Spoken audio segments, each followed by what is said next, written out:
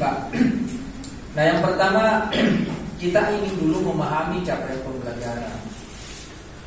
Jadi di capaian pembelajaran itu ibaratnya adalah tujuan, begitu. Ibaratnya kita mau ke Makassar, itu CP itu Makassar, capaian pembelajaran.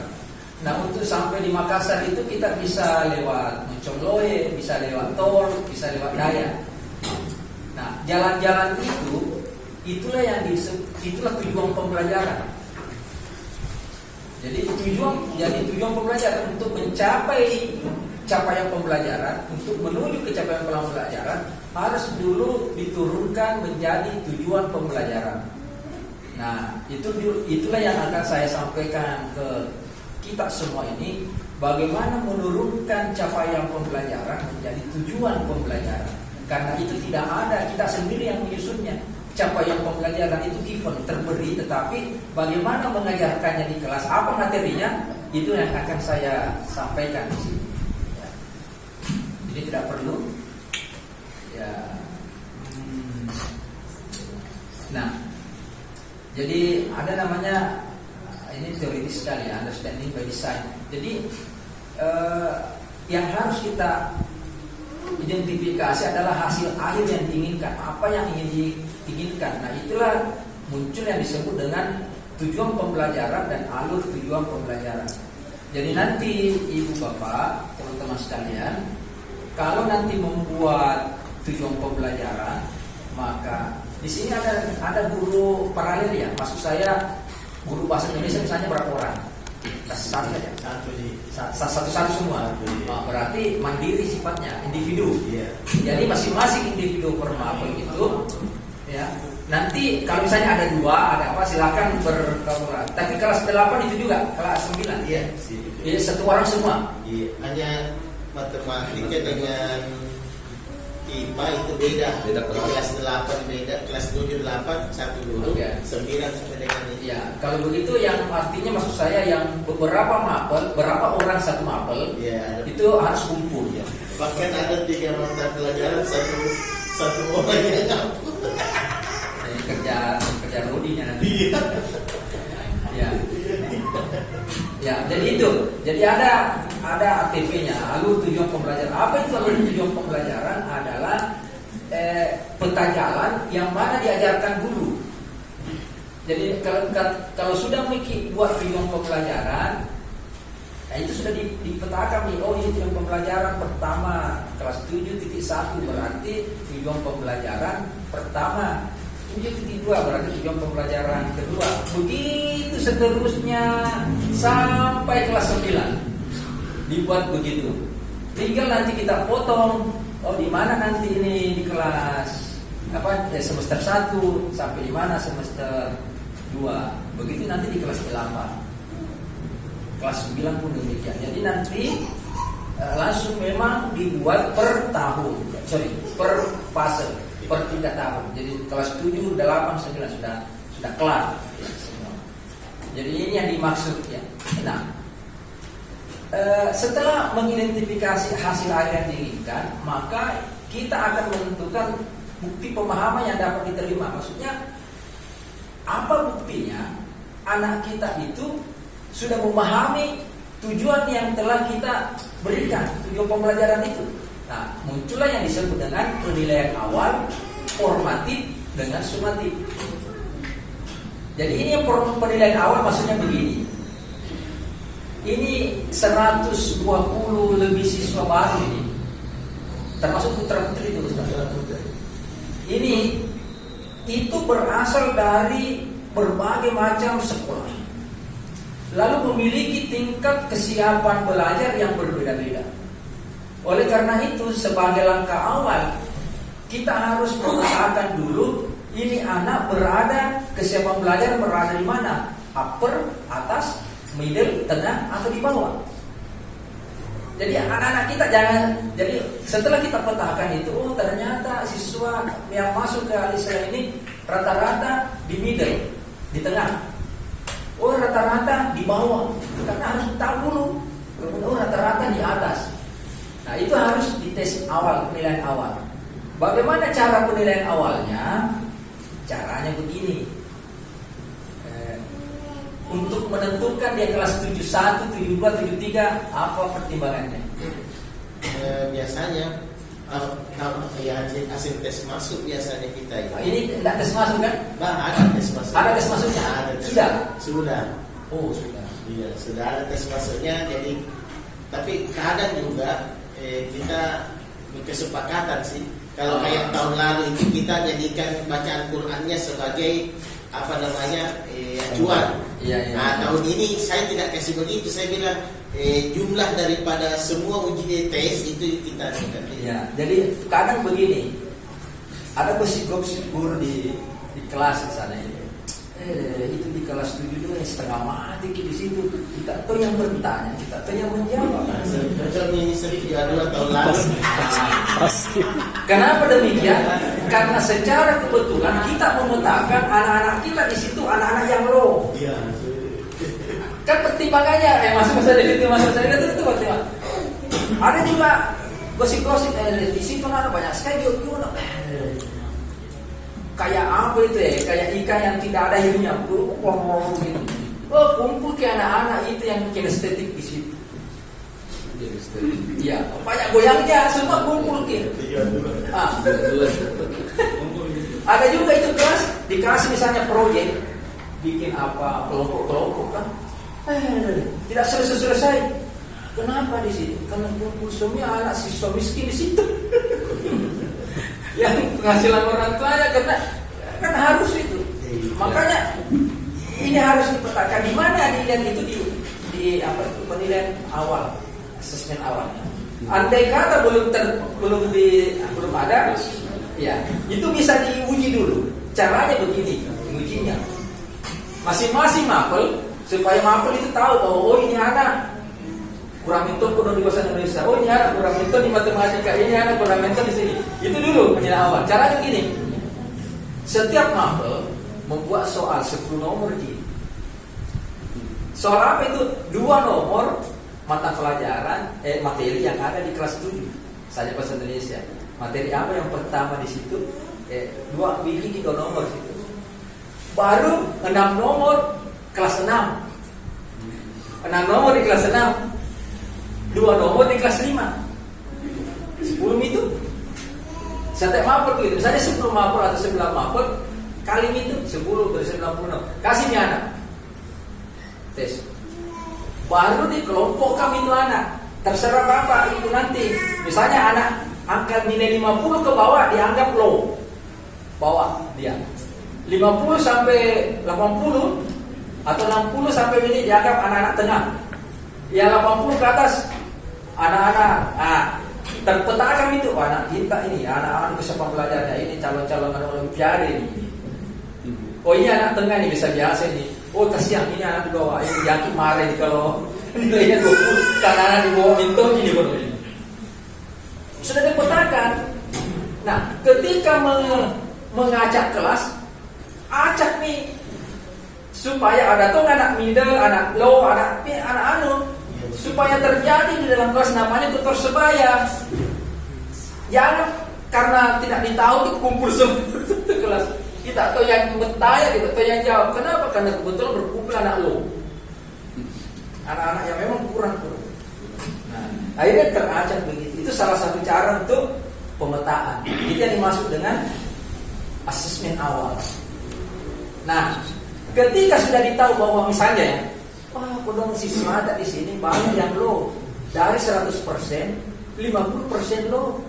Hanya 40% yang middle, 10% yang upper, yang tinggi. Nah, ketika kita menyusun tujuan pembelajaran, jangan kita menyusun tujuan pembelajaran yang tinggi-tinggi. Pasti itu menderita ini aneh yang di bawah ini. Karena lebih banyak siswa tak begitu. Siswa tak begitu. Tidak stres itu guru kalau begitu. Misalnya membuat soal, anak-anak kita banyak loh. Soalnya mengatakan deskripsikan, analisis, menangis itu. Tapi kalau jelaskan, oh nak tahu itu. Kalau jelaskan, sebutkan, oh nak tahu itulah gunanya ini dipetakan supaya anak-anak terakomodir semua. Tidak juga semuanya rendah begitu soal-soalnya, ada juga yang karena ada juga anak yang middle. Tetapi perhatikan ini lebih banyak ini yang Pak. Nah itu gunanya penilaian awal.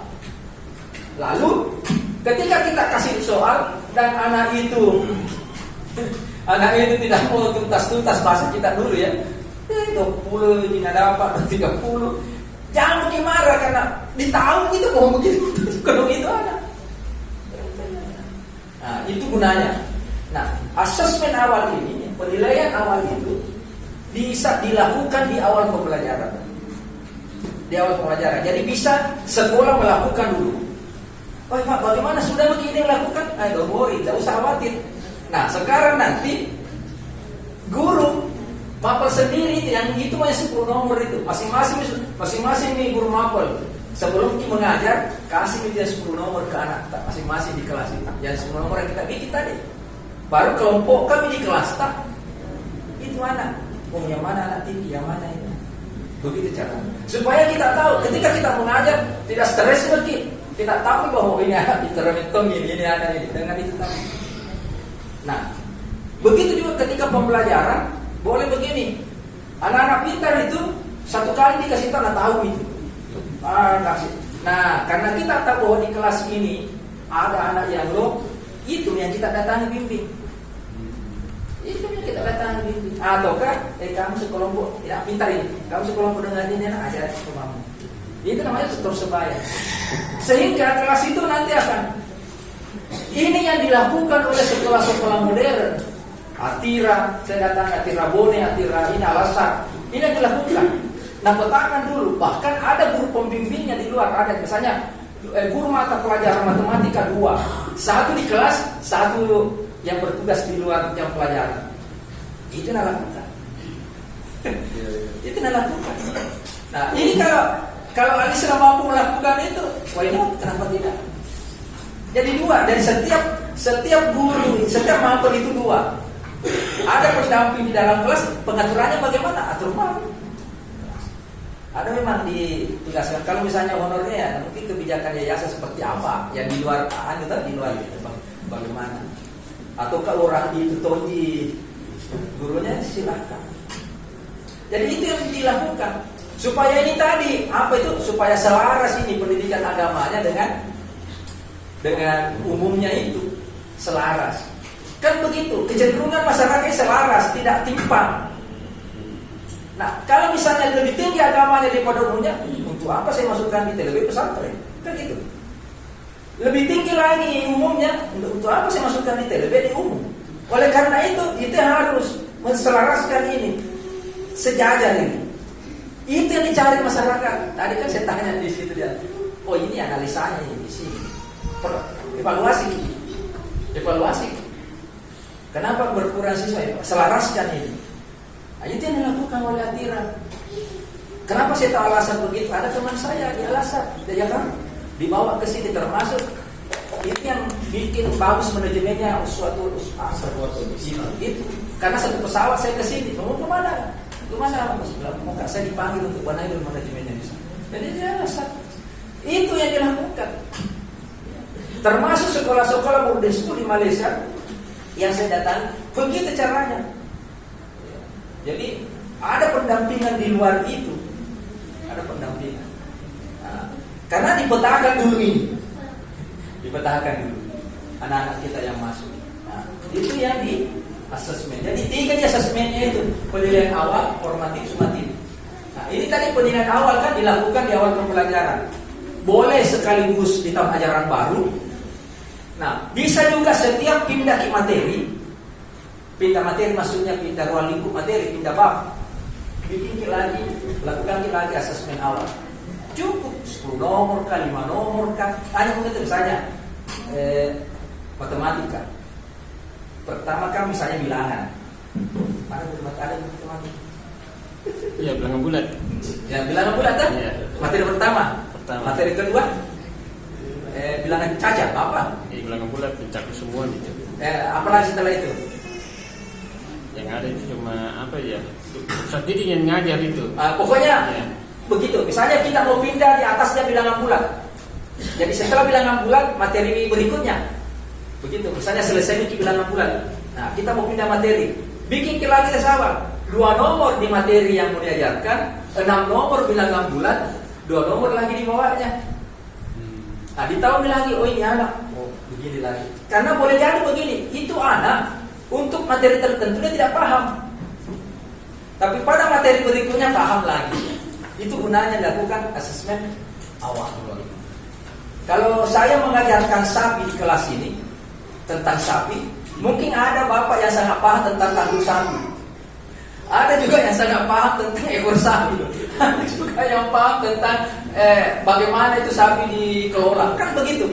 Masing-masing pemahaman tentang satu materi itu berbeda-beda. Begitulah anak-anak kita. Nah, itu di asesmen awal. Kemudian formatif saya sudah jelaskan tadi di akhir pertemuan. Kemudian sumatif tadi sudah juga. Ya, 3 ini. Nah, untuk penilaian awal ini dengan ini tidak masuk rapor. Yakin formatif setiap pertemuan ditulis angkanya baru dijadikan nilai rapor, tidak. Yang tersesat itu namanya. Tidak. Yang dijadikan nilai rapor di sumatif saja. Ya. Di mana dilakukan di sumatif? Itu tadi di akhir lingkup materi,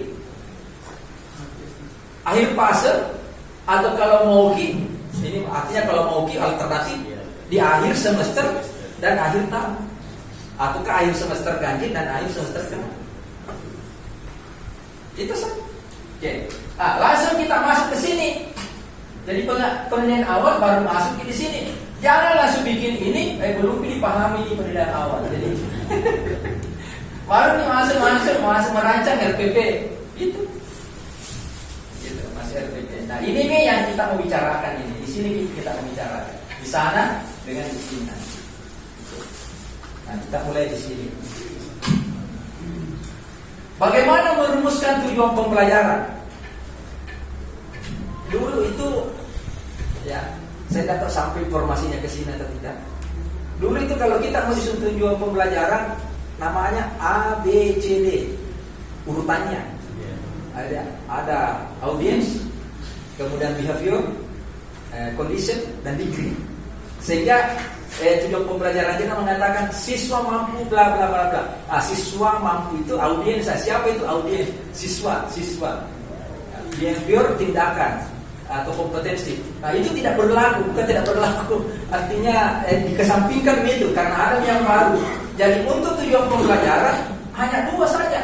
Ada kompetensi, ada lingkup materi. Jadi 2 saja. Apa itu kompetensi? Adalah kemampuan atau keterampilan yang perlu ditunjukkan atau didemonstrasikan oleh anak. Misalnya siswa mampu melakukan. Nah, melakukan itu adalah kompetensi. Siswa mampu membedakan. Membedakan itu adalah kompetensi. Siswa mampu membedakan sujud syukur dan sujud tilawah, misalnya gitu. Nah, berarti ada kompetensinya membedakan, materinya sujud. Nah, berarti begitu saja. Sampai begitu saja tujuan pembelajaran. Tidak perlu panjang-panjang. Karena hanya terdiri dari ini, kompetensi saja dan lingkup materi. Nanti kita tunjukkan. Nah, ini yang saya maksud tadi. Kebetulan saya orang IPA, maka saya kasih contoh IPA supaya murid saya pahami. Mohon maaf kalau, tapi prinsipnya sama. Dicapainya pembelajaran itu, misalnya, guru bahasa Indonesia mana? Nah, Bapak guru bahasa Indonesia itu di fase D, fase-fase itu. Setiap fase Indonesia itu ada elemen namanya 5 elemen sekarang. Dulu namanya apa namanya dulu kan? Kalau saya sebut misalnya menyimak, membaca, menulis, mendengar, mempresentase. Itu 5 elemennya. Nah, setiap elemen itu ada capaian pembelajarannya. Nah, sama dengan IPA. IPA itu 2 elemennya, yaitu elemen pemahaman IPA dan elemen keterampilan proses. 2.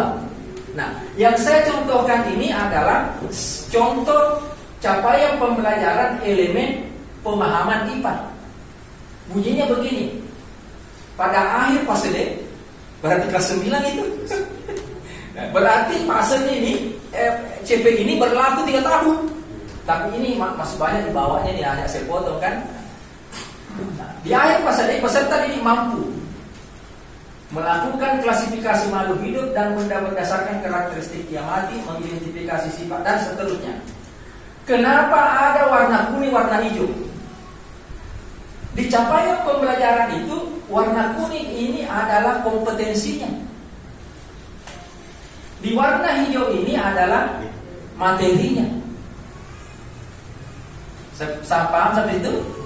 Jadi kalau semua mata pelajaran nanti, Ibu Bapak, kalau nanti kita download itu capaian pembelajaran, ketika ada begini nih, di dalamnya itu ada di kompetensi, ada juga itu materi. Nah sekarang, jadi materinya ini Pak yang hijau sudah esensial. Sudah esensial ini. Tidak ada kewenangannya satuan pendidikan untuk mengubah CP. Tidak diubah ini CP. Hanya kita memetakan. Nah, kita tandai supaya memudahkan kita tandai. Melakukan itu kompetensi. Oh ini karakteristik klasifikasi makhluk itu adalah materi. Dan Bapak Ibu saya yakin pasti tahu bahwa kalau membaca CP pasti tahu bahwa ini materinya, ini kompetensinya. Pasti tahu itu. Kenapa? Karena sudah biasa mungkin mengajar. Oh ini materi ini. Coba bikin nanti pasti tahu bahwa ini materi, ini kompetensi. Nah, setelah kita tahu bahwa ini materi, ini kompetensi, ini kan berlaku 3 tahun. Nah, tugas kita adalah bersama teman-teman mengelompokkan materi-materi ini di kelas 7, di kelas 8, di kelas 9. Karena ini materi tidak tahu di kelas mana ini. Oleh karena itu sekolah, satuan pendidikan itu bebas menentukan yang mana materi kelas 7, yang mana materi kelas 8, yang mana materi kelas 9. Jadi boleh jadi pemantuan dan pembiasan di sekolah lain di kelas 7. Mungkin kita di kelas 9. Karena di sini tidak ada yang menunjuk bahwa 7, 8, 9. Tetapi yang tahu persis bahwa materi ini cocok di kelas 7 adalah Bapak Ibu di satuan pendidikan. Nah, bagaimana caranya mengurutkan? Ada nanti prinsipnya. Sebentar saya tunjukkan. Tetapi yang ini saya katakan bahwa yang mengatur materi ini di mana diajarkan adalah satuan pendidikan. Kenapa satuan? Karena ini berlaku 3 tahun pas SD. Tidak ditahu di sini materi kelas 7 udah lama saya tidak ditahu. Beda dengan kurikulum 2013 sudah ditentukan. Ini semester 1 kelas 7, ini semester 2 kelas 2 sudah ditentukan. Ini juga. Nah, ini bedanya, bebasnya, fleksibelnya kita untuk mengaturnya ini. Dan yang hijau-hijau ini sangat berkurang dibanding dengan kurikulum 2013. Ini kurang ini, materi esensial ini. Sudah kalau IPA itu berkurang 18% dari ke-13 yang lalu. Paham sampai sini? Oke. Di capaian pembelajaran, di situ ada kompetensi, di situ ada materi. Tugas kita adalah menandai dulu materinya, baru dipetakan di mana ini diajarkan. Oke? Baik. Saya langsung ke sini. Nah, kecil, bisa dibaca nih. Nah, untuk dulu itu di kurikulum 2013 ada namanya KKO. KKO itu adalah kata kerja operasional, seperti membedakan itu KKO itu kata kerja operasional, menjelaskan itu kata kerja operasional. Nah, untuk kita nanti kurikulum merdeka ini kalimat KKO-nya, bukan kalimat, kata KKO-nya lihat di sini. Misalnya kita mau anak kita bisa memahami tentang penjelasan, maka kata KKO pertama bisa kita mengatakan mendeskripsikan. Mendeskripsikan itu berarti keterampilan kompetensi kan, mendeskripsikan titik. Nah, terus ini materinya apa lagi? Membangun hubungan. Membangun hubungan itu kompetensi titik. Cari materinya. Jadi ini KKO-nya ini. Misalnya lagi aplikasi menggunakan ini. Jadi ini semua ini adalah kata kerja operasional. Kalau merasa ini bahwa ribetnya itu Pak, saya tidak paham juga kan, ada benar taksonomi belum yang ada C1, C2, C3, C4, C5. Nah, sampai C6 itu. Nah, itu ada kata kerja operasionalnya. Boleh juga menggunakan itu. Boleh juga menggunakan itu. Ya, terserah. Tapi banyak itu kalau kita share di internet, taksonomi belum, kata kerja operasional. Oh, ada semua itu. Kata kerja operasionalnya yang bisa dijadikan sebagai kompetensi untuk membuat satu tujuan pembelajaran.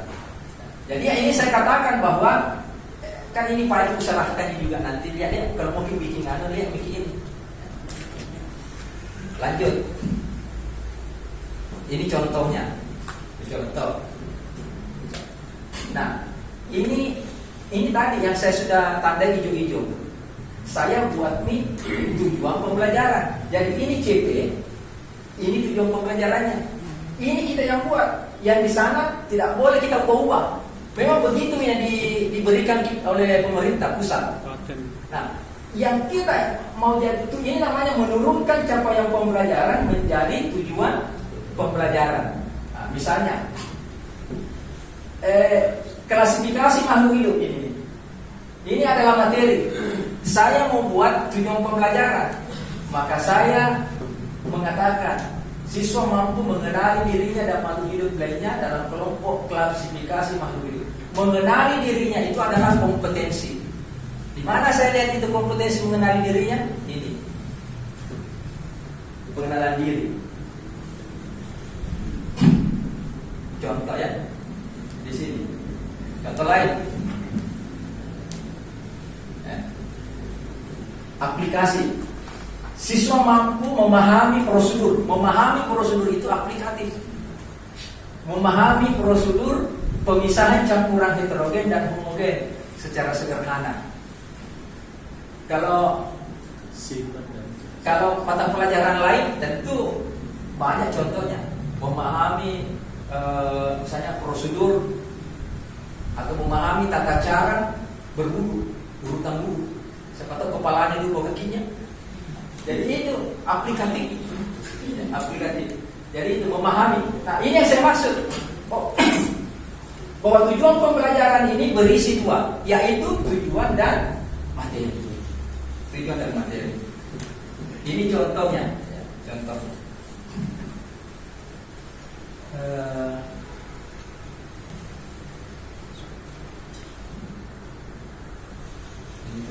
Nah, ini yang saya maksud tadi taksonomi Bloom. Ini C1 sampai C6. Ada mengingat, memahami, mengaplikasikan, menganalisis, mengevaluasi, menciptakan.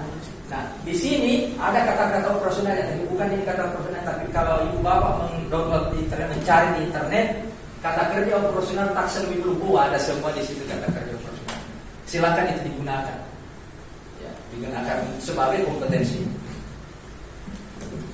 Tinggal nanti dipilih, misalnya, siswa saya di Islam kelas 7 lebih banyak yang misalnya menengah, yang middle. Nah, gunakan mungkin yang di tengah-tengah saja, misalnya yang level 3, level 4. Kalau banyak loh, ini dulu yang mengingat saja, mengingat. Itu yang paling banyak nanti tujuan pembelajaran. Apalagi kalau ini kodok, pasti nih stres gitu. Pasti masuk begitu tidak. Gimana bro, tinggi sekali nih. Itu nih gunanya mengadaptasi, bukan mengadopsi.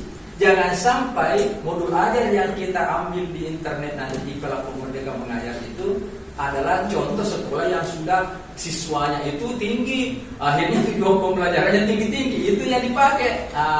Itu yang tidak sesuai dengan sekolah kita. Makanya harus diadaptasi, disesuaikan dengan karakteristik sekolah kita. Nah, ini juga bisa menggunakan taksonomi Marsano, tapi tidak perlu saya jelaskan ya. Nah, ini caranya. Setelah tujuan pembelajaran tadi kita sudah buat, ingat kita tadi tujuan pembelajaran kita buat dari CP yang hijau-hijau tadi itu, ya dibuatkan tujuan pembelajaran. Tujuan pembelajaran itu diurut-urut semua mulai dari kelas 7 sampai kelas 9. Cara mengurutnya begini. Tujuan pembelajaran ini satu fase, fase awal sampai fase akhir. Tujuan pembelajaran 1, 2, 3 dan seterusnya sampai di akhir fase.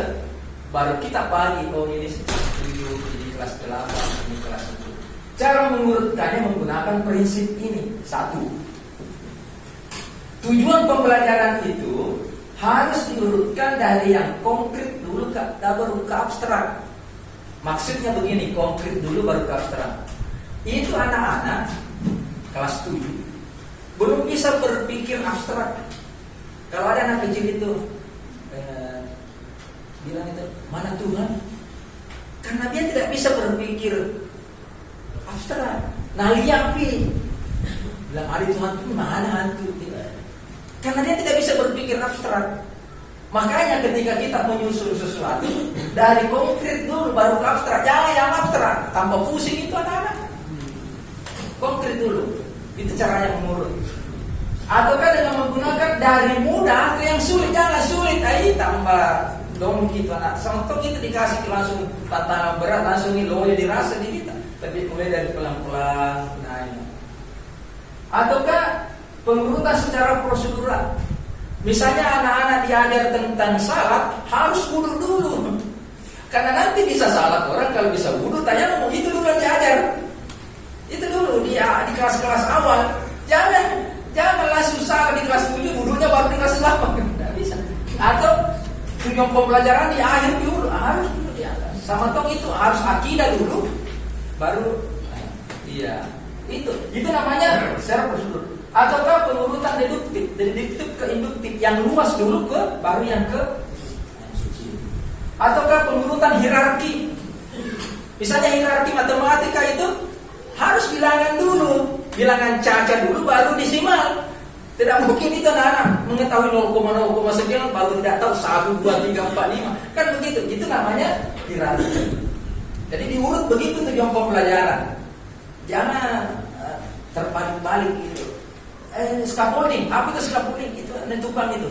Tapi itu scaffolding. Itu menentukan itu yang tempat pijakannya. Itu scaffolding. Maksudnya itu scaffolding. Bantuan diberikan dulu dari bawah ke. Jadi itu scaffolding tukang itu menggunakan istilah pendidikan itu. Jadi scaffolding dalam pendidikan itu adalah bantuan dari bawah, dari yang mudah, bantuan ke yang sulit, memudahkan anak kita untuk sampai di puncak dituntun dari bawah. Itu namanya scaffolding. Itu caranya. Jadi pekerjaan yang harus Bapak Ibu lakukan, pertama saat ini adalah mendownload dulu capaian pembelajaran. Setelah mendownload capaian pembelajaran, tandai itu capaian pembelajaran tak. Ini materi, ini materi, ini materi, ini materi. Maka ketika susun itu materi menjadi urut-urutan kelas 7, kelas 8, kelas 9. Baru buatkan tujuan pembelajarannya. Tujuan pembelajaran berisi 2, ada kompetensi, ada materi. Kompetensinya diambil dari mana? Silakan ambil kata kerja operasionalnya dari taksonomi Bloom tadi. Cari di internet. Kemudian materinya di mana? Itu tadi sudah kita petakan itu. Materinya diurut. Sudah itu diurut anunya ini. Mulai dari kelas 7 sampai kelas 9 diurut. Selesai nih. Nah, download mungkin di PMM bahan ajar, modul ajar. Misalnya, klasifikasi makhluk hidup, download mungkin klasifikasi makhluk hidup, karena itu materi tak. Download mungkin. Download keluar. Dilihat tujuan pembelajarannya, tidak sama tujuan pembelajarannya. Ganti tujuan pembelajarannya ini yang di-download dengan tujuan pembelajaran yang kita buat. Jangan tak balik. Tujuan pembelajarannya orang kita ganti yang kita punya. Salah itu. Yang kita punya yang kita masukkan di situ karena kita sudah analisis tadi. Kita sendiri yang telah susun. Paham sampai situ? Ya, mengajar mungkin. Lama itu untuk minggu-minggu. Kita bisa mengajar nih. Nah, kurikulum merdeka itu kita tetap terapkan. Nah, kalau misalnya di RPP tak nanti itu, ribetnya banyak sekali kuliah. Anu lagi, bisa nih. Ambil itu tujuan pembelajarannya saja, kemudian ambil langkah-langkah pembelajarannya, ambil asesmennya, selesai. Nah, ini di asesmen, perhatikan, asesmen ini harus sesuai dengan tujuan. Kalau tujuan pembelajarannya tadi mengatakan, ini ada juga, misalnya apa ya? Ini tujuan pembelajaran yang misalnya mendeskripsikan suatu ide penggunaan konsep pemantulan, maka pertanyaannya di asesmen ini deskripsikan suatu ide penggunaan konsep pemantulan. Itu kalau lebih rinci lagi, nah, pembiasa deskripsikan ide pembiasan pada alat pengintai di kapal selam. Ini yang dikasih pertanyaan di asesmen supaya kita tahu bahwa dengan menjawab ini anak-anak sudah paham dengan tujuan pembelajaran. Jangan geser kanan berbelok kiri. Lentong tujuan pembelajaran lentong asesmen tidak bisa kena itu. Jadi mengukur tinggi itu harus dengan veteran, bukan timbangan. Begitu juga dengan asesmen. Kadang saya lihat LPP-nya guru-guru itu lentong tujuan pembelajarannya. Tujuan pembelajarannya mengatakan siswa mampu melakukan. Berarti praktek itu tujuan pembelajarannya jelasnya bagaimana bisa. Satu harus melakukan, tapi asesmennya mengatakan jelaskan. Tidak cocok, tidak connect. Jadi ibaratnya mengukur tinggi dengan timbangan kalau begitu. Oke, saya kira itu Bapak Ibu teman-teman sekalian, singkat sekali yang saya sampaikan. Banyak hal sebenarnya, tetapi kalau terlalu panjang juga biasanya masih di sini keluar. Nah, yang penting sedikit tetapi bisa dilaksanakan dalam waktu tahun ajaran baru ini dan bisa diaplikasikan. Ya, saya kira itu. Terima kasih. Assalamualaikum warahmatullahi wabarakatuh. Dan kalau ada pertanyaan silakan.